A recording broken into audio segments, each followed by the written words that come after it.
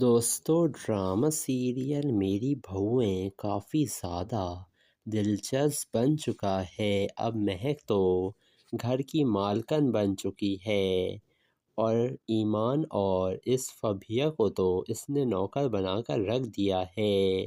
یہ فبیہ سے گھر کے کام کروا رہی ہے اور ایمان ادھر جاب پر گئی ہوئی تھی، جس کے بعد جب ایمان گھر واپس آتی ہے تو کہتی ہے یہ مہک کہ مجھے تمہاری اتنی فکر ہو رہی تھی، کہاں رہ گئی تھی تم؟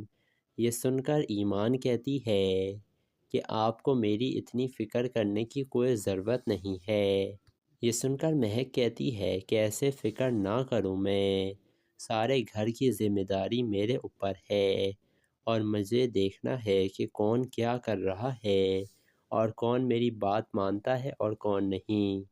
اب مہک تو ایمان کی جاب چھڑوانا چاہ رہی ہے، لیکن مہک کبھی بھی اس مقصد میں کامیاب نہیں ہو پائے گی، کیونکہ ایمان اپنی جاب چھوڑنے والی ہے نہیں اور اب تو باس نے اسے ایک امپورٹنٹ پروجیکٹ بھی دے دیا ہے۔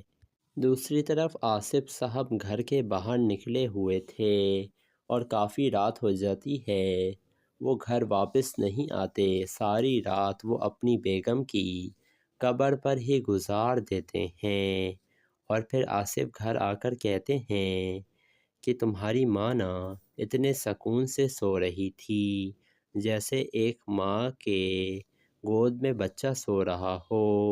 میں نے تو فیصلہ کر لیا ہے کہ اس کے برابر والی قبر نا میں بک کروا لیتا ہوں تاکہ میں بھی چین سے سو سکوں۔